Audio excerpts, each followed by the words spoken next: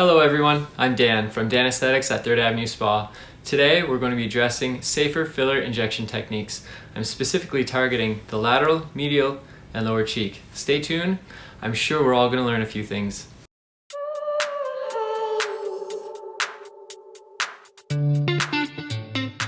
To assist us today, I ended up bringing in Sarah. Say hi, Sarah.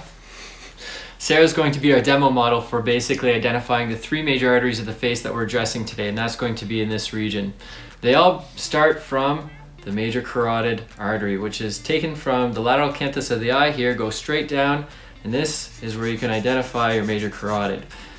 Your major carotid then branches off into two sections. Here, which goes underneath the gonial angle and comes out on top of the parotid artery, or parotid gland, sorry, and then branches off underneath this zygomatic bone. It's just underneath, and it kind of branches off down, and then there's a little bit of a branch off with very minor arteries here that arborize with the veins. So the good news here is that basically if you were to inject here and you end up hitting some of these arteries, well, guess what? It's not too much damage here. They actually only cause a little bit of bruising and they don't cause any real damage. So this is a safer zone to be.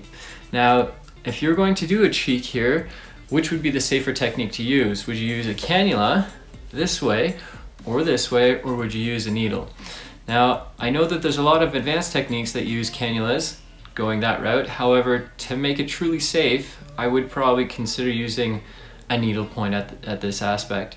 And the reason why is because when you're doing the needle, you're on the bone. As long as you're staying on the bone, you know you're not going to be in line of hitting that transverse facial artery. And at the same time, just because you're using a cannula, it actually doesn't really guarantee you any type of safety.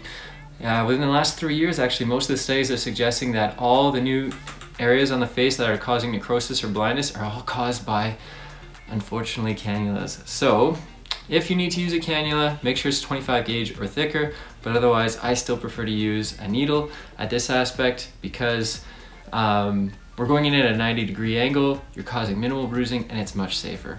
Next, we're going to talk about the facial artery. The facial artery also branches off from the major carotid, comes up to the jawline here. Now, how can we identify exactly where it is?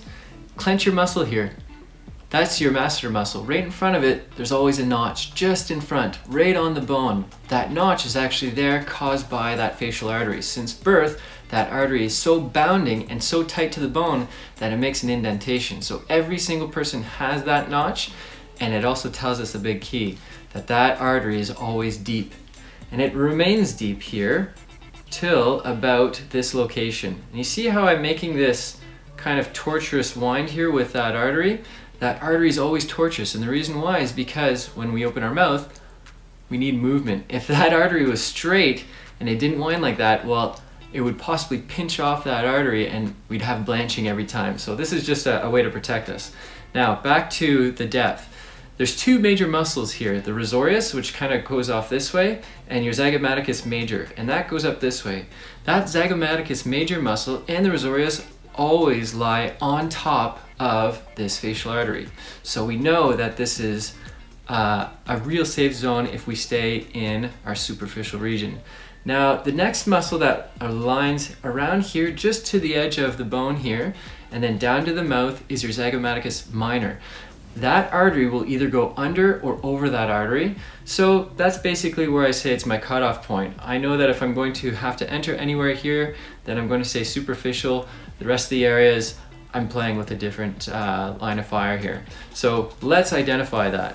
Now, if you want to make a marking, what I do is basically come underneath that zygomaticus bone with a marker, and I go all the way till the lateral iris of the eye, and I go straight down. And this here is basically my safety zone. I know that all here, I'm going to make sure I'm superficial. So now let's draw some nasolabial folds, because that major facial artery usually runs along that nasolabial fold. So let's say it does that.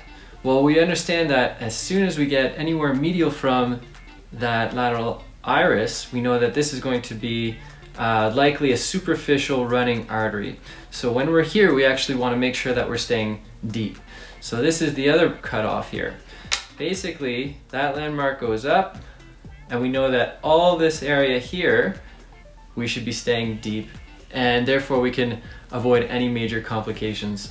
And lastly, let's talk about the infraorbital artery.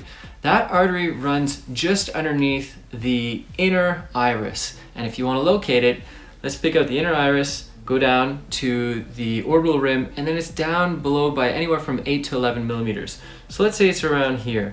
If you actually want to really identify the exact location, it's always parallel with the supraorbital artery, and you can identify that with a notch here. Similar to here, there's another notch that runs just there. So directly down, this is your infraorbital artery. Now, this infraorbital artery actually runs very deep, and it comes out in a 45-degree angle downwards. And there's also this groove that directs everything to that artery. So the only thing I do not recommend doing is coming in with a needle or a cannula from underneath to inject a deposit around here, because that groove is going to direct your needle to the location. The good news is that on top of that artery, there's this bony hub that protects it. So if we're coming in from a lateral angle from here, so if we're going to start just outside that line and coming in and we're going to stay deep, then guess what? We're going to make sure we're protected, because even if we touch any of that facial artery that now becomes an angular artery, well, guess what? That is always going to be superficial, right? So as long as we're staying deep, then we're not going to hit that artery, and because there's a hub that's protecting that infraorbital artery, we don't have a risk of damaging that person there either. So come in laterally, stay deep, make a deposit, and you'll be fine. Now, a lot of questions I get are, how can I avoid hitting this facial artery whenever I'm doing a jawline? Because a lot of people are using a cannula going this way and this way. The safest way to do that is actually find the entry point, that notch here, pinch the skin up, and make your marking superficially. Go in superficially at the angle, and then move your cannula away from the danger zone.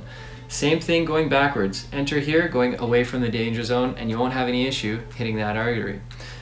Now, the piriform is the last thing I want to talk about. This A-line here, a lot of people end up having retrusion. Actually, everyone does.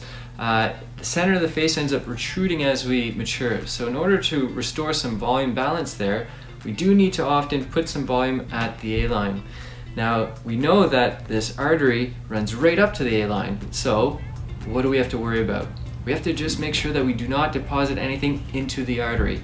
We can go through the artery with a fine needle, and that'll be fine. There isn't any danger there. Basically, what you want to do is go down to the bone. If you go down to the bone on a 45-degree angle, facing the corner mouth here, then you're going to be fine. So let's recap. This is going to be deep, this is going to be superficial, this is going to be deep, and this is going to be an entry superficial, but then lying deep, going that way and that way.